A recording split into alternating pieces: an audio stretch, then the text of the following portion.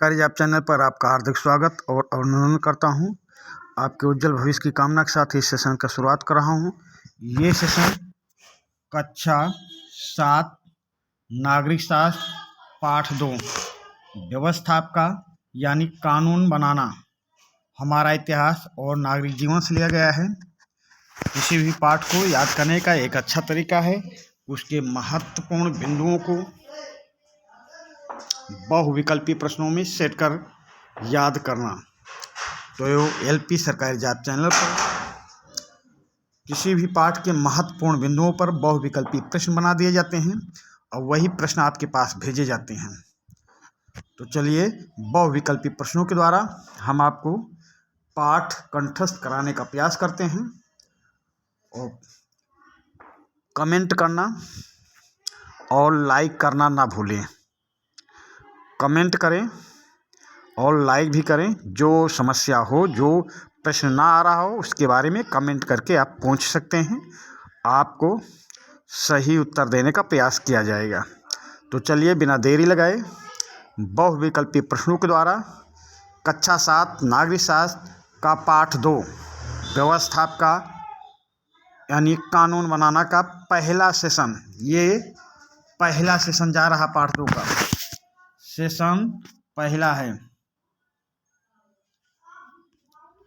Session 1 है, पहला session आपके पास जा रहा। चलिए अब बिना देरी लगाए हम प्रश्नों की ओर चलते हैं। बहुविकल्पी प्रश्न। प्रश्न नंबर 1, भारत में कुल कितने राज्य और केंद्र शासित प्रदेश हैं? भारत में कुल कितने राज्य और केंद्र शासित प्रदेश हैं? तो 29 राज्य 9 केंद्र शासित प्रदेश हैं, या 29 राज्य 8 केंद्र शासित प्रदेश हैं, या 28 राज्य 8 केंद्र शासित प्रदेश हैं, या 28 राज्य 7 केंद्र शासित प्रदेश हैं? तो भारत में कुल कितने राज्य और केंद्र शासित प्रदेश हैं? 29 राज्य 9 केंद्र शासित प्रदेश, 29 राज्य 8 केंद्र शासित प्रदेश, 28 राज्य 8 केंद्र शासित प्रदेश, या 28 राज्य 7 केंद्र शासित प्रदेश? तो भारत में कुल कितने राज्य और केंद्र शासित प्रदेश हैं? तो भारत में कुल 28 राज्य और 8 केंद्र शासित प्रदेश हैं, यानी प्रश्न नंबर 1 का ऑप्शन सी सही उत्तर होगा। प्रश्न नंबर 2 पे आ जाएं। संघ एवं राज्यों के बीच विधायी शक्तियों का विभाजन 3 सूचियों में किया गया है। संघ एवं राज्यों के बीच विधायी शक्तियों का विभाजन 3 सूचियों में किया गया है। निम्न में से कौन सी सूची शामिल नहीं है? निम्न में से कौन सी सूची शामिल नहीं है? तो केंद्र सूची, राज्य सूची, समवर्ती सूची, या अवशिष्ट शक्तियां।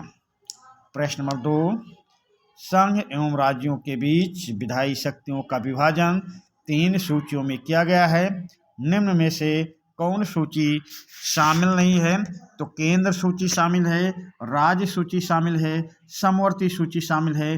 केंद्र सूची पर केंद्र को कानून बनाने का अधिकार है, राज्य सूची पर राज्य को, सरकार को कानून बनाने का अधिकार है, समवर्ती सूची पर केंद्र और राज्य दोनों को कानून बनाने का अधिकार है, पर दोनों के आपस में अंतर विरोध होने के कारण केंद्र का कानून माना जाएगा। अगर दोनों केंद्र और राज्य के कानून में अंतर विरोध है तो केंद्र का कानून माना जाएगा। पर इन सूचियों में अवशिष्ट शक्तियां नहीं जोड़ी गई हैं, नहीं शामिल हैं। तो प्रश्न नंबर 2 का ऑप्शन डी सही उत्तर होगा। अगले प्रश्न पे आ जाएं। प्रश्न नंबर 3, निम्न में से संघ सूची में कौन सा विषय शामिल नहीं है? निम्न में से संघ सूची में कौन सा विषय शामिल नहीं है? तो रेल, जल परिवहन, हवाई जहाज नहीं शामिल, या राष्ट्रीय राजमार्ग, बैंक, विदेशी मामले एवं स्मारक नहीं शामिल है केंद्र सूची में, या रक्षा, संचार साधन, डाक तार संघ सूची में नहीं शामिल है, या पुलिस, स्वच्छता, स्थानीय स्वशासन संघ सूची में नहीं शामिल। तो पहले हम ये देख लेते हैं कि संघ सूची में कौन से विषय शामिल हैं। तो संघ सूची में रेल शामिल है, जल परिवहन शामिल है, हवाई जहाज शामिल है। यानी ए ऑप्शन के सभी विषय संघ सूची के हैं। ऑप्शन बी राष्ट्रीय राजमार्ग संघ सूची का विषय है, बैंक संघ सूची का विषय है, विदेशी मामले संघ सूची का विषय है, स्मारक संघ सूची का विषय है, रक्षा संघ सूची का विषय है, संचार साधन संघ सूची का विषय है, डाक तार संघ सूची का विषय है। तो ए बी सी में जितने ऑप्शन दिए गए हैं ये सब संघ सूची में हैं। ऑप्शन डी देखते हैं। ऑप्शन डी में पुलिस राज्य सूची का है, स्वच्छता राज्य सूची का है, स्थानीय सुशासन राज्य सूची का विषय है। तो यानी प्रश्न नंबर 3 का ऑप्शन डी सही उत्तर होगा। संघ सूची में ऑप्शन डी वाले विषय शामिल नहीं है। प्रश्न नंबर 3 का ऑप्शन डी सही उत्तर होगा। अगले प्रश्न पे आ जाए। प्रश्न नंबर 4, निम्नलिखित विषयों में से कौन सा विषय राज्य सूची में शामिल नहीं है। निम्नलिखित विषयों में से कौन सा विषय राज्य सूची में शामिल नहीं है। तो जल परिवहन, बैंक, विदेशी मामले, पुलिस, स्वच्छता, मत्स्य पालन, स्थानीय स्वशासन, कृषि, सिंचाई या मत्स्य पालन, निचली अदालत, कारागार, सड़क। आपसे पूछा जा रहा है कि निम्नलिखित विषयों में से कौन सा विषय राज्य सूची में शामिल नहीं है। तो देखिए, राज्य सूची में पुलिस शामिल है, स्वच्छता शामिल है, मत्स्य पालन शामिल है, स्थानीय स्वशासन शामिल है, कृषि एवं सिंचाई शामिल है, मत्स्य पालन शामिल है, निचली अदालत शामिल है, कारागार शामिल है, सड़क शामिल है। तो फिर शामिल क्या नहीं है। ऑप्शन ए पे ध्यान देंगे तो अभी जल परिवहन, बैंक, विदेशी मामले केंद्र सूची का विषय था। तो बस राज्य सूची में ऑप्शन ए शामिल नहीं है। प्रश्न नंबर 4 का ऑप्शन ए सही उत्तर होगा। अगले प्रश्न पे आ जाते हैं। प्रश्न नंबर 4 ये भी है पर प्रश्न अलग है। निम्नलिखित में से कौन से विषय समवर्ती सूची में शामिल किए गए हैं। निम्नलिखित में से कौन से विषय समवर्ती सूची में शामिल किए गए हैं। तो चिकित्सा, वन, विवाह, समाचार पत्र शामिल किए गए हैं, या पुस्तकें, शिक्षा, उद्योग शामिल किए गए हैं, या बिजली, परिवार, धार्मिक संस्थाएं शामिल की गई हैं, या उपर्युक्त सभी। तो निम्नलिखित में से कौन से विषय समवर्ती सूची में शामिल किए गए हैं। तो उपर्युक्त सभी विषय समवर्ती सूची में शामिल किए गए हैं, जिस पर कानून बनाने का अधिकार केंद्र और राज्य दोनों को है। पर केंद्र का कानून को वरीयता दी जाएगी। केंद्र के अगर दोनों कानूनों में टकराव की स्थिति उत्पन्न होती है तो केंद्र के कानून को महत्व दिया जाएगा, वरीयता दी जाएगी। प्रश्न नंबर 4 का ऑप्शन डी सही उत्तर होगा। अगले प्रश्न पे आ जाए। प्रश्न नंबर 6, जो विषय संघ सूची, राज्य सूची और समवर्ती सूची में शामिल नहीं किए गए हैं उन्हें क्या कहा जाता है।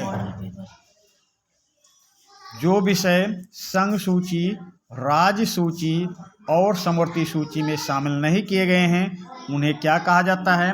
तो संघ अधिनियम शक्तियाँ कहा जाता है, या राज्य अधिनियम शक्तियाँ कहा जाता है, या संघ एवं राज्य अधिनियम शक्तियाँ कहा जाता है, या अवशिष्ट शक्तियाँ कहा जाता है। प्रश्न नंबर 6, जो विषय संघ सूची, राज्य सूची और समवर्ती सूची में शामिल नहीं किए गए हैं उन्हें क्या कहा जाएगा। तो उन्हें कहा जाएगा अवशिष्ट शक्तियाँ। प्रश्न नंबर 6 का ऑप्शन डी सही उत्तर होगा। चलते हैं अगले प्रश्न पे। प्रश्न नंबर 7 नहीं 8 है, तो नंबरिंग पे आप ध्यान देंगे, सुधार कर लेंगे। अब प्रश्न नंबर 8, संघ सूची पर कानून बनाने का अधिकार किसके पास है। संघ सूची पर कानून बनाने का अधिकार किसके पास है। केंद्र सरकार के पास है या राज्य सरकार के पास है या केंद्र और राज्य दोनों के पास है या स्थानीय निकायों के पास है। प्रश्न नंबर 8, संघ सूची पर कानून बनाने का अधिकार किसके पास है? तो संघ सूची पर कानून बनाने का अधिकार केंद्र सरकार के पास है। प्रश्न नंबर 8 का ऑप्शन ए सही उत्तर होगा। अगले प्रश्न पे आ जाए। प्रश्न नंबर 9, समवर्ती सूची पर कानून बनाने का अधिकार किसके पास है? समवर्ती सूची पर कानून बनाने का अधिकार किसके पास है? तो केंद्र सरकार के पास है या राज्य सरकार के पास है या केंद्र और राज्य दोनों के पास है या स्थानीय निकायों के पास है। प्रश्न नंबर 9, समवर्ती सूची पर कानून बनाने का अधिकार किसके पास है? तो समवर्ती सूची पर कानून बनाने का अधिकार केंद्र और राज्य दोनों सरकारों के पास है, यानी प्रश्न नंबर 9 का ऑप्शन सी सही उत्तर होगा। अगले प्रश्न पे आ जाएं। प्रश्न नंबर 10, समवर्ती सूची पर कानून बनाने का अधिकार समवर्ती सूची पर कानून बनाने का अधिकार केंद्र और राज्य दोनों सरकारों को होता है, परंतु कानून के टकराव की स्थिति में किसका कानून मान्य होगा? प्रश्न नंबर 10, समवर्ती सूची पर कानून बनाने का अधिकार केंद्र और राज्य दोनों सरकारों को होता है, परंतु कानून के टकराव की स्थिति में किसका कानून मान्य होगा? तो केंद्र का कानून मान्य होगा या राज्य का कानून मान्य होगा या दोनों का कानून मान्य होगा या कानून रद्द कर दिया जाएगा। प्रश्न नंबर 10, समवर्ती सूची पर कानून बनाने का अधिकार किसके पास है? केंद्र और राज्य दोनों सरकारों के पास होता है, ये तो आप समझ गए। आप केंद्र और राज्य दोनों सरकारों के पास होता है तो कानून में यदि टकराव की स्थिति होती है तो किसका कानून मान्य होगा? तो समवर्ती सूची पर कानून बनाने में यदि केंद्र और राज्य सरकार के कानून में टकराव की स्थिति उत्पन्न होगी तो केंद्र का कानून मान्य होगा। प्रश्न नंबर 10 का ऑप्शन ए सही उत्तर होगा।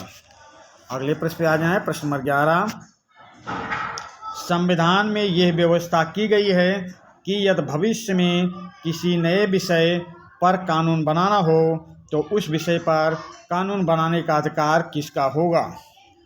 प्रश्न नंबर 11, संविधान में यह व्यवस्था की गई है कि यदि भविष्य में किसी नए विषय पर कानून बनाना हो तो उस विषय पर कानून बनाने का अधिकार किसका होगा?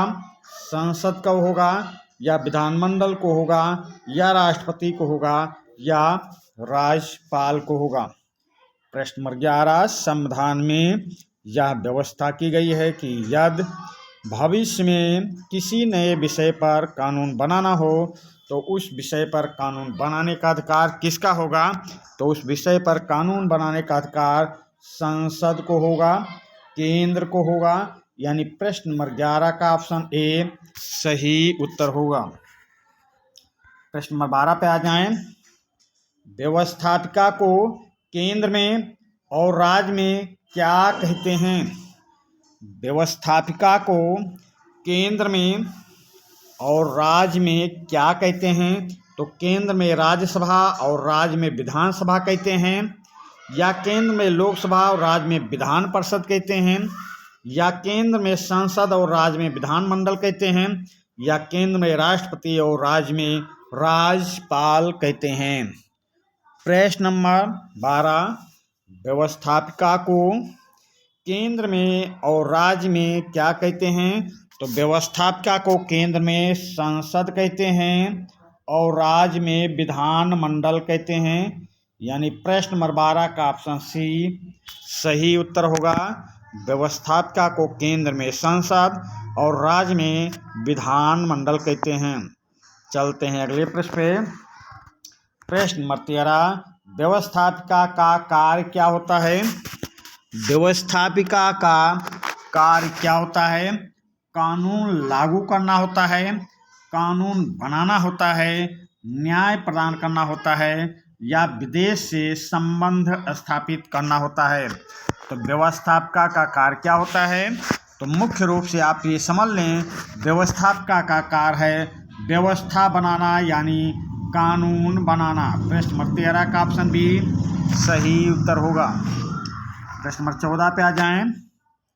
कार्यपालिका को केंद्र में और राज्य में क्या कहते हैं? कार्यपालिका को केंद्र में और राज्य में क्या कहते हैं? तो केंद्र में केंद्रीय मंत्रिपरिषद और राज्य में राज्य मंत्रिपरिषद कहते हैं, या केंद्र में संसद और राज्य में विधानमंडल कहते हैं, या केंद्र में प्रधानमंत्री और राज्य में मुख्यमंत्री कहते हैं, या केंद्र में राष्ट्रपति और राज्य में राज्यपाल कहते हैं। प्रश्न नंबर 14, कार्यपालिका को केंद्र में और राज्य में क्या कहते हैं?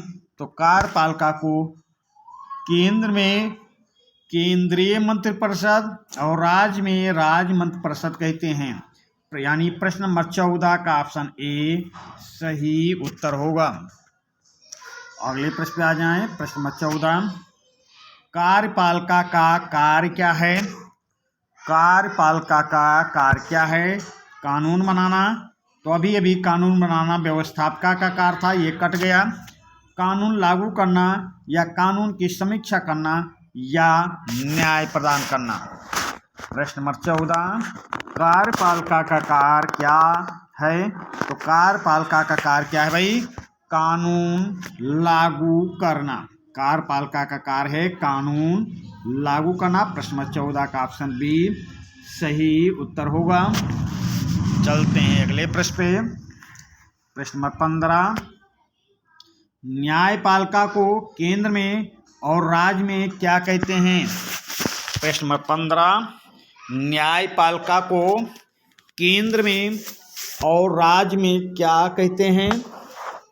तो केंद्र में उच्च न्यायालय और राज्य में जिला न्यायालय कहते हैं, या केंद्र में उच्च न्यायालय और राज्य में उच्चतम न्यायालय कहते हैं, या केंद्र में उच्चतम न्यायालय और राज्य में उच्च न्यायालय कहते हैं, या केंद्र में उच्चतम न्यायालय और राज्य में जिला न्यायालय कहते हैं। प्रश्न नंबर 15, न्यायपालिका को केंद्र में और राज्य में क्या कहते हैं? तो न्यायपालिका को केंद्र में उच्चतम न्यायालय और राज्य में उच्च न्यायालय कहते हैं। देखते हैं ऑप्शन कौन सही है। ऑप्शन सी, न्यायपालिका को केंद्र में उच्चतम न्यायालय और राज्य में उच्च न्यायालय कहते हैं। यानी प्रश्न नंबर 15 का ऑप्शन सी सही उत्तर होगा। चलते हैं अगले प्रश्न पे। प्रश्न नंबर 16, संसद के निम्न सदन को क्या कहते हैं? संसद के निम्न सदन को क्या कहते हैं? राज्यसभा कहते हैं, या लोकसभा कहते हैं, या विधानसभा कहते हैं, या विधान परिषद कहते हैं। प्रश्न नंबर 16, संसद के निम्न सदन को क्या कहते हैं? तो संसद के निम्न सदन को कहते हैं लोकसभा। प्रश्न नंबर 16 का ऑप्शन बी सही उत्तर होगा। संसद के निम्न सदन को कहते हैं लोकसभा। चलते हैं अगले प्रश्न पे। अगला प्रश्न है 17, लोकसभा के चुनाव के लिए पूरे देश को अनेक निर्वाचन क्षेत्रों में बांट दिया गया है। इन निर्वाचन क्षेत्रों को क्या कहते हैं? प्रश्न नंबर 17, लोकसभा के चुनाव के लिए पूरे देश को अनेक निर्वाचन क्षेत्रों में बांट दिया गया है। इन निर्वाचन क्षेत्रों को क्या कहते हैं? तो लोक सदस्य क्षेत्र कहते हैं, या लोकसभा सदस्यों का चयन कहते हैं, या लोकसभा उम्मीदवार कहते हैं, या लोकसभा चुनाव क्षेत्र कहते हैं। प्रश्न नंबर 17, लोकसभा के चुनाव के लिए पूरे देश को अनेक निर्वाचन क्षेत्रों में बांट दिया गया है। इन निर्वाचन क्षेत्रों को क्या कहते हैं? तो इन निर्वाचन क्षेत्रों को कहते हैं लोकसभा चुनाव क्षेत्र। प्रश्न नंबर 17 का ऑप्शन डी सही उत्तर होगा। अगले प्रश्न पे आ जाएं। प्रश्न नंबर 18, प्रत्येक चुनाव क्षेत्र से एक सदस्य चुनकर लोकसभा में आते हैं। प्रत्येक चुनाव क्षेत्र से एक सदस्य चुनकर लोकसभा में आते हैं। लोकसभा की अधिकतम संख्या कितनी हो सकती है? लोकसभा की अधिकतम संख्या कितनी हो सकती है? तो 552 हो सकती है, या 550 हो सकती है, या 543 हो सकती है, या 245 हो सकती है। तो लोकसभा की वर्तमान में अधिकतम संख्या 550 हो सकती है। 550 हो सकती है क्योंकि 2 एंग्लो इंडियन सदस्यों का मनोनयन बंद कर दिया गया है, रद्द कर दिया गया है। पहले 552 अधिकतम संख्या हो सकती थी, पर एंग्लो इंडियन के 2 सदस्यों का मनोनयन बंद होने के कारण अब लोकसभा की अधिकतम संख्या 550 हो सकती है। यानी प्रश्न नंबर 18 का ऑप्शन बी सही उत्तर होगा। अगले प्रश्न पे चलते हैं। प्रश्न नंबर 19, चुनाव में उस क्षेत्र में रहने वाले कितने आयु के व्यक्ति वोट डालते हैं? प्रश्न नंबर 19, चुनाव में उस क्षेत्र में रहने वाले कितने आयु के व्यक्ति वोट डालते हैं? तो 18 वर्ष की आयु के व्यक्ति, 18 वर्ष की आयु के व्यक्ति, या 21 वर्ष की आयु के व्यक्ति, या 25 वर्ष की आयु के व्यक्ति, या 35 वर्ष की आयु के व्यक्ति। प्रश्न नंबर 19, चुनाव में उस क्षेत्र में रहने वाले कितने आयु के व्यक्ति वोट डालते हैं? तो वो 18 वर्ष पूरी कर चुके या उससे अधिक आयु के व्यक्ति वोट दे सकते हैं, मतदान में भाग ले सकते हैं। प्रश्न नंबर 19 का ऑप्शन ए सही उत्तर होगा। अगले प्रश्न पे आ जाए। प्रश्न नंबर 20, लोकसभा चुनाव में किसी क्षेत्र से कौन लोकसभा सदस्य बनता है? प्रश्न नंबर 20, लोकसभा चुनाव में किसी क्षेत्र से कौन लोकसभा सदस्य बनता है? ऑप्शन देखते हैं और साथ में अपने दोस्तों के बीच सेशन को शेयर कर दें।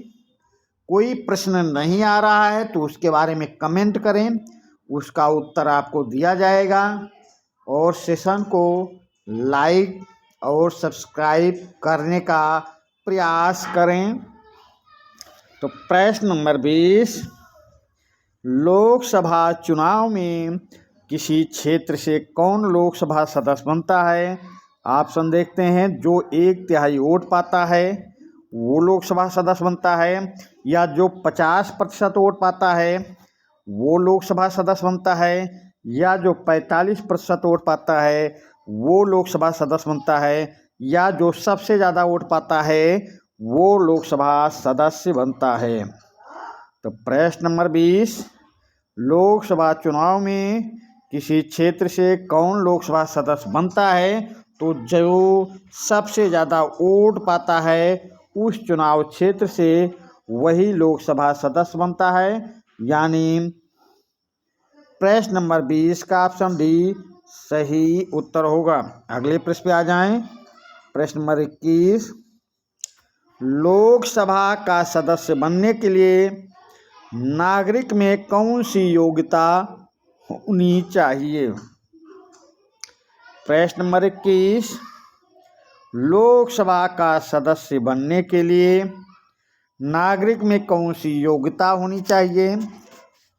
तो ऑप्शन देखते हैं कि लोकसभा सदस्य बनने के लिए नागरिक में क्या योग्यता होनी चाहिए। ऑप्शन ए, भारत का नागरिक हो, व मतदाता सूची में उसका नाम हो, या 25 साल या उससे अधिक आयु पूरी कर चुका हो, या किसी सरकारी लाभ के पद पर ना हो, या ऑप्शन डी, पागल या दिवालिया ना हो, या उपर्युक्त सभी योग्यता हो। तो लोकसभा का सदस्य बनने के लिए नागरिक में योग्यता होनी चाहिए, वो भारत का नागरिक हो व मतदाता सूची में उसका नाम हो, और 25 साल या उससे अधिक आयु हो, किसी सरकारी लाभ के पद पर ना हो, पागल या दिवालिया ना हो। यानी जब ये सभी योग्यताएं होनी चाहिए तो प्रश्न नंबर 11 का ऑप्शन ई सही उत्तर होगा। उपर्युक्त सभी योग्यता हो, प्रश्न नंबर 11 का ऑप्शन ई सही उत्तर होगा। प्रश्न नंबर 22, लोकसभा के सदस्य कितने वर्ष के लिए चुने जाते हैं? प्रश्न नंबर 22, लोकसभा के सदस्य कितने वर्ष के लिए चुने जाते हैं? तो 1 वर्ष के लिए चुने जाते हैं, या 5 वर्ष के लिए चुने जाते हैं, या 6 वर्ष के लिए चुने जाते हैं, या 9 वर्ष के लिए चुने जाते हैं। तो प्रश्न नंबर 22, लोकसभा के सदस्य कितने वर्ष के लिए चुने जाते हैं? तो लोकसभा के सदस्य 5 वर्ष के लिए चुने जाते हैं। प्रश्न नंबर 22 का ऑप्शन बी सही उत्तर होगा। अगले प्रश्न पे आ जाएं। प्रश्न नंबर 23, किसकी सलाह पर राष्ट्रपति लोकसभा को 5 साल से पहले भी भंग कर सकता है? प्रश्न नंबर 23, किसकी सलाह पर राष्ट्रपति लोकसभा को 5 साल से पहले भी भंग कर सकता है? तो ये राज्यपाल की सलाह पर भंग कर सकता है, या सर्वोच्च न्यायालय की सलाह पर भंग कर सकता है, या उपराष्ट्रपति की सलाह पर भंग कर सकता है, या प्रधानमंत्री की सलाह पर भंग कर सकता है। तो राष्ट्रपति लोकसभा को 5 साल से पहले भी भंग कर सकता है। किसकी सलाह पर? तो प्रधानमंत्री की सलाह पर। प्रश्न नंबर 23 का ऑप्शन डी सही उत्तर होगा। प्रश्न नंबर 24 पे आ जाएं। लोकसभा एक अध्यक्ष और एक उपाध्यक्ष चुनते हैं, ये चुने जाने का आधार क्या है? इनके चुने जाने का आधार क्या है? प्रश्न नंबर 24, लोकसभा एक अध्यक्ष और एक उपाध्यक्ष चुनते हैं, इनके चुने जाने का आधार क्या है? तो राष्ट्रपति की सिफारिश पर चुने जाते हैं, या प्रधानमंत्री की सिफारिश पर चुने जाते हैं, या कैबिनेट मंत्री की सिफारिश पर चुने जाते हैं, या लोकसभा के सदस्यों के बहुमत द्वारा के आधार पर चुने जाते हैं। तो प्रश्न नंबर 24, लोकसभा एक अध्यक्ष और एक उपाध्यक्ष चुनता है, और ये चुने जाते हैं लोकसभा के सदस्यों के बहुमत द्वारा के आधार पर चुने जाते हैं। यानी प्रश्न नंबर 24 का ऑप्शन डी सही उत्तर होगा।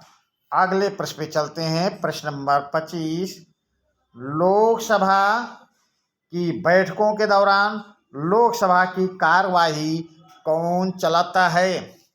प्रश्न नंबर 25, लोकसभा की बैठकों के दौरान लोकसभा की कार्यवाही कौन चलाता है? प्रधानमंत्री चलाता है, या राष्ट्रपति चलाता है, या उपराष्ट्रपति चलाता है, या लोकसभा अध्यक्ष चलाता है? प्रश्न नंबर 25, लोकसभा की बैठकों के दौरान लोकसभा की कार्यवाही कौन चलाता है? तो लोकसभा की कार्यवाही चलाता है लोकसभा अध्यक्ष। प्रश्न नंबर 25 का ऑप्शन डी सही उत्तर होगा। अगले प्रश्न पे आ जाएं। प्रश्न नंबर 26, लोकसभा और राज्यसभा यदि एक साथ दोनों का अधिवेशन होता है तब अध्यक्षता कौन करता है? प्रश्न नंबर 26, लोकसभा और राज्यसभा यदि एक साथ दोनों का अधिवेशन होता है तब अध्यक्षता कौन करता है? तो उपराष्ट्रपति अध्यक्षता करेगा, या राज्यसभा का सभापति अध्यक्षता करेगा, या राज्यसभा का उपसभापति अध्यक्षता करेगा, या लोकसभा अध्यक्ष अध्यक्षता करेगा? तो प्रश्न नंबर 26, लोकसभा और राज्यसभा यदि एक साथ दोनों का अधिवेशन होता है तब अध्यक्षता कौन करता है? लोकसभा का अध्यक्ष अध्यक्षता करता है, लोकसभा का अध्यक्ष। प्रश्न नंबर 26 का ऑप्शन डी सही उत्तर होगा। प्रश्न नंबर 27 पे आ जाएं। लोकसभा का अध्यक्ष को किस प्रकार पद से हटाया जाता है? लोकसभा के अध्यक्ष को किस प्रकार पद से हटाया जा सकता है? तो राज्यसभा के बहुमत द्वारा, या लोकसभा के बहुमत द्वारा, या राष्ट्रपति द्वारा, या प्रधानमंत्री द्वारा? प्रश्न नंबर 27, लोकसभा के अध्यक्ष को किस प्रकार पद से हटाया जा सकता है? तो लोकसभा के अध्यक्ष को पद से हटाया जा सकता है लोकसभा के बहुमत द्वारा। प्रश्न नंबर 27 का ऑप्शन बी सही उत्तर होगा, लोकसभा के बहुमत द्वारा। अगले प्रश्न पे आ जाएं। प्रश्न नंबर 28, लोकसभा का अधिवेशन साल में कितनी बार अवश्य होना चाहिए? प्रश्न नंबर 28, लोकसभा का अधिवेशन साल में कितनी बार अवश्य होना चाहिए? तो 2 बार होना चाहिए, या 4 बार होना चाहिए, या 3 बार होना चाहिए, या 6 बार होना चाहिए? प्रश्न नंबर 28, लोकसभा का अधिवेशन साल में कितनी बार होना चाहिए? तो लोकसभा का अधिवेशन साल में 2 बार होना चाहिए। प्रश्न नंबर 28 का ऑप्शन ए सही उत्तर होगा, 2 बार। अगले प्रश्न पे आ जाएं। प्रश्न नंबर 29, लोकसभा के 2 अधिवेशनों के बीच कितने महीने से अधिक का अंतर नहीं होना चाहिए? प्रश्न नंबर 29, लोकसभा के 2 अधिवेशन के बीच कितने महीने से अधिक का अंतर नहीं होना चाहिए? तो 3 महीने से अधिक अंतर नहीं होना चाहिए, या 6 महीने से अधिक अंतर नहीं होना चाहिए, या 9 महीने से अधिक अंतर नहीं होना चाहिए, या 12 महीने से अधिक अंतर नहीं होना चाहिए? प्रश्न नंबर 29, लोकसभा के 2 अधिवेशनों के बीच कितने महीने से अधिक का अंतर नहीं होना चाहिए? तो 6 महीने से अधिक अंतर नहीं होना चाहिए। प्रश्न नंबर 29 का ऑप्शन बी सही उत्तर होगा। अगले प्रश्न पे आ जाएं। प्रश्न नंबर 30, लोकसभा के क्या कार्य हैं? लोकसभा के क्या कार्य हैं? तो कानून बनाना लोकसभा कार्य है, या मंत्रि परिषद के कामों पर अपना नियंत्रण रखना लोकसभा कार्य है, या कानून में संशोधन करना लोकसभा कार्य है, या जनता पर कर लगाने और खर्च करने का निर्णय लेना लोकसभा कार्य है, या उपयुक्त सभी लोकसभा के कार्य हैं? तो प्रश्न नंबर 30, लोकसभा के क्या कार्य हैं? तो लोकसभा के कार्य हैं कानून बनाना, मंत्रि परिषद के कामों पर अपना नियंत्रण रखना, कानून में संशोधन करना, जनता पर कर लगाने और खर्च करने का निर्णय लेना, और ये उपयुक्त सभी कार्य हैं। तो आपका प्रश्न नंबर 30 का सही उत्तर होगा, उपयुक्त सभी लोकसभा के कार्य हैं। प्रश्न नंबर 30 का ऑप्शन ई सही उत्तर होगा। प्रश्न नंबर 31, संसद का स्थायी एवं उच्च सदन कौन सा होता है? प्रश्न नंबर 31, संसद का स्थायी एवं उच्च सदन कौन सा होता है?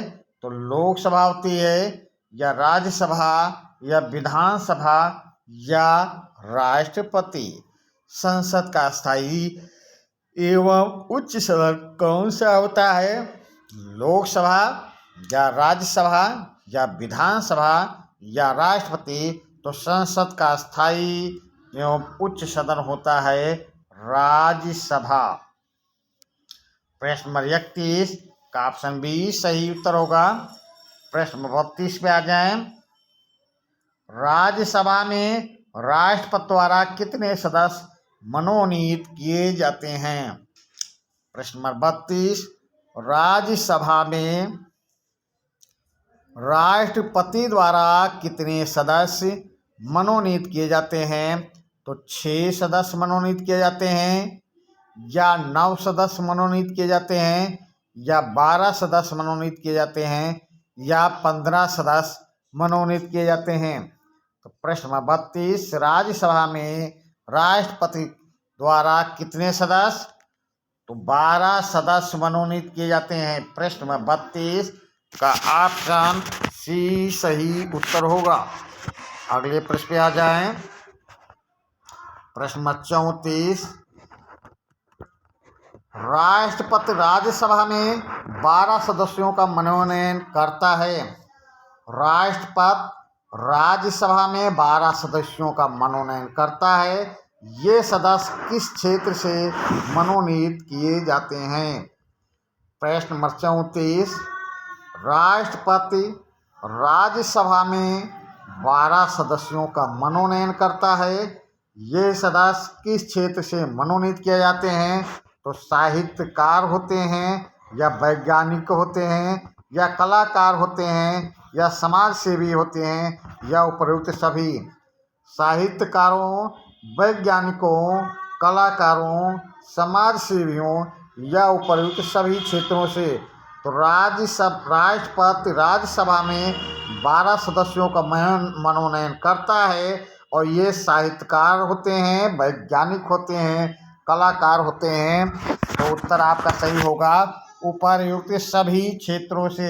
प्रश्न नंबर 34 का ऑप्शन ई सही उत्तर होगा। अगले प्रश्न पे आ जाएं। प्रश्न नंबर 35, राज्यसभा के सदस्यों का चुनाव सीधे जनता द्वारा नहीं होता, इस चुनाव को क्या कहते हैं? प्रश्न नंबर 35, राज्यसभा के सदस्यों का चुनाव सीधे जनता द्वारा नहीं होता है, इस चुनाव को क्या कहते हैं? प्रत्यक्ष चुनाव कहते हैं, या अप्रत्यक्ष चुनाव कहते हैं, उपचुनाव कहते हैं, या अस्थायी चुनाव कहते हैं। प्रश्न नंबर 35, राज्यसभा के सदस्यों का चुनाव सीधे जनता द्वारा नहीं होता है, इस चुनाव को क्या कहते हैं? तो इस चुनाव को कहते हैं अप्रत्यक्ष चुनाव। प्रश्न नंबर 35 का ऑप्शन भी सही उत्तर होगा। अगले प्रश्न पे आ जाएं। प्रश्न नंबर 36, राज्यसभा का सदस्य चुने जाने के लिए नागरिक की आयु कितने वर्ष होनी चाहिए? प्रश्न नंबर 36, राज्यसभा का सदस्य चुने जाने के लिए नागरिक की आयु कितने वर्ष होनी चाहिए? 21 वर्ष होनी चाहिए, या 25 वर्ष होनी चाहिए, या 30 वर्ष होनी चाहिए, या 35 वर्ष होना चाहिए? तो राज्यसभा का सदस्य चुने जाने के लिए नागरिक की आयु कितने वर्ष होनी चाहिए? तो नागरिक की आयु 30 वर्ष होनी चाहिए। राज्यसभा का सदस्य चुने जाने के लिए। और यह प्रश्न है, लोकसभा का सदस्य चुने जाने के लिए कितनी आयु होनी चाहिए? तो लोकसभा का सदस्य चुने जाने के लिए 25 वर्ष आयु होनी चाहिए, और राज्यसभा का सदस्य चुने जाने के लिए 30 वर्ष आयु होनी चाहिए। प्रश्न नंबर 36 का ऑप्शन सी सही उत्तर होगा। अगले प्रश्न पे आ जाए। प्रश्न नंबर 37, वर्तमान में राज्यसभा के सदस्यों की संख्या कितनी है? वर्तमान में राज्यसभा के सदस्यों की संख्या कितनी है? तो 225 सदस्य हैं राज्यसभा में, या 245 सदस्य हैं, या 525 सदस्य हैं, या 545 सदस्य हैं। प्रश्न नंबर 37, वर्तमान में राज्यसभा के सदस्यों की संख्या कितनी है? तो वर्तमान में राज्यसभा के सदस्यों की संख्या 245 है। प्रश्न नंबर 37 का ऑप्शन बी सही उत्तर होगा। प्रश्न नंबर 38 पे आ जाएं। राज्यसभा एक अस्थायी सदन है। राज्यसभा एक अस्थायी सदन है। राज्यसभा के सदस्यों का कार्यकाल कितने वर्ष होता है? प्रश्न नंबर 38, राज्यसभा एक अस्थायी सदन है। राज्यसभा के सदस्यों का कार्यकाल कितने वर्ष होता है? तो 3 वर्ष होता है, या 4 वर्ष होता है, या 5 वर्ष होता है, या सदस्यों का कार्यकाल 6 वर्ष होता है। तो राज्यसभा एक अस्थायी सदन है। राज्यसभा के सदस्यों का कार्यकाल होता है 6 वर्ष। प्रश्न नंबर 38 का ऑप्शन डी सही उत्तर होगा। प्रश्न नंबर 39 पे आ जाएं। राज्यसभा के पदाधिकारी को क्या कहा जाता है? राज्यसभा के पदाधिकारी को क्या कहा जाता है? सभापति कहा जाता है, अध्यक्ष कहा जाता है, पदेन सभापति कहा जाता है, या उपाध्यक्ष कहा जाता है। प्रश्न नंबर 39, राज्यसभा के पदाधिकारी को क्या कहा जाएगा? तो राज्यसभा के पदाधिकारी को सभापति कहा जाएगा। यहाँ पर पदेन सभापति नहीं सही करना है। पदेन सभापति होता है उपराष्ट्रपति। राज्यसभा का पदेन सभापति होता है। पद नाम दिया जाता है उपराष्ट्रपति को। पर राज्यसभा के पदाधिकारी शब्द आ जाए तो राज्यसभा के पदाधिकारी को कहा जाता है सभापति। प्रश्न नंबर 39 का ऑप्शन ए सही उत्तर होगा। प्रश्न नंबर 40 पे आ जाएं। राज्यसभा का पदेन सभापति कौन होता है? राज्यसभा का पदेन सभापति कौन होता है? उपराष्ट्रपति होता है, या राष्ट्रपति होता है, या राज्यपाल होता है, या सर्वोच्च न्यायालय का न्यायाधीश होता है। राज्यसभा का पदेन सभापति कौन होता है? तो राज्यसभा का पदेन सभापति उपराष्ट्रपति होता है। प्रश्न नंबर 40 का ऑप्शन ए सही उत्तर होगा। अगले प्रश्न में आ जाए। प्रश्न 39, राज्यसभा का वर्ष में कितनी बार अधिवेशन होना आवश्यक है? राज्यसभा का वर्ष में कितनी बार अधिवेशन होना आवश्यक है? तो 2 बार अधिवेशन होना आवश्यक है, या 3 बार अधिवेशन होना आवश्यक है, या 4 बार अधिवेशन होना आवश्यक है, या 5 बार अधिवेशन होना आवश्यक है। राज्यसभा का वर्ष में कितनी बार अधिवेशन होना आवश्यक है? तो राज्यसभा का वर्ष में 2 बार अधिवेशन होना आवश्यक है। प्रश्न 39 का ऑप्शन ए सही उत्तर होगा। अगले प्रश्न पे आ जाते हैं। प्रश्न नंबर 40, राज्यसभा के 2 अधिवेशनों के बीच कितने महीने से अधिक अंतर नहीं होना चाहिए? प्रश्न नंबर 40, राज्यसभा के 2 अधिवेशनों के बीच कितने महीने से अधिक का अंतर नहीं होना चाहिए? तो 6 महीने से अधिक अंतर नहीं होना चाहिए, 8 महीने से अधिक अंतर नहीं होना चाहिए, या 10 महीने से अधिक अंतर नहीं होना चाहिए, या 12 महीने से अधिक अंतर नहीं होना चाहिए। राज्यसभा के 2 अधिवेशनों के बीच कितने महीने से अधिक का अंतर नहीं होना चाहिए? तो 6 महीने से अधिक का अंतर नहीं होना चाहिए। प्रश्न नंबर 40 का ऑप्शन ए सही उत्तर होगा। प्रश्न नंबर 41 पे आ जाएं। निम्नलिखित में से राज्यसभा के कौन से कार्य हैं? निम्नलिखित में से राज्यसभा के कौन से कार्य हैं? तो कानून बनाने एवं संशोधन करने का कार्य राज्यसभा का है। तो हाँ भाई, ये कार्य तो राज्यसभा का है, कानून बनाना एवं लोकसभा द्वारा पारित अधिनियम में संशोधन करना राज्यसभा का कार्य है। लोकसभा द्वारा पारित विधेयक की जांच करने का कार्य, हाँ ये भी काम राज्यसभा करती है। लोकसभा द्वारा पारित विधेयक की जांच राज्यसभा करती है। विधेयक पर चर्चा करने का अधिकार, राज्यसभा को अधिकार है कि वो विधेयक पर चर्चा करे। ऑप्शन डी, दोनों सदनों के बैठक में शामिल होने का अधिकार। यदि किसी विधेयक के ना पास होने की स्थिति में लोकसभा और राज्यसभा यानी दोनों सदनों की बैठक होती है तो उस बैठक में शामिल होने का अधिकार राज्यसभा को है। ऑप्शन ई, मंत्रियों से प्रश्न पूछने का कार्य। हाँ, तो मंत्रियों से प्रश्न पूछने का अधिकार भी है, मंत्रियों से प्रश्न पूछने का कार्य भी है। तो प्रश्न नंबर 11 का भी उत्तर क्या सही होगा? उत्तर सही होगा ऑप्शन एफ, उपर्युक्त सभी कार्य राज्यसभा करती है। तो प्रश्न नंबर 11 का सही उत्तर ऑप्शन एफ, उपर्युक्त सभी कार्य राज्यसभा करती है।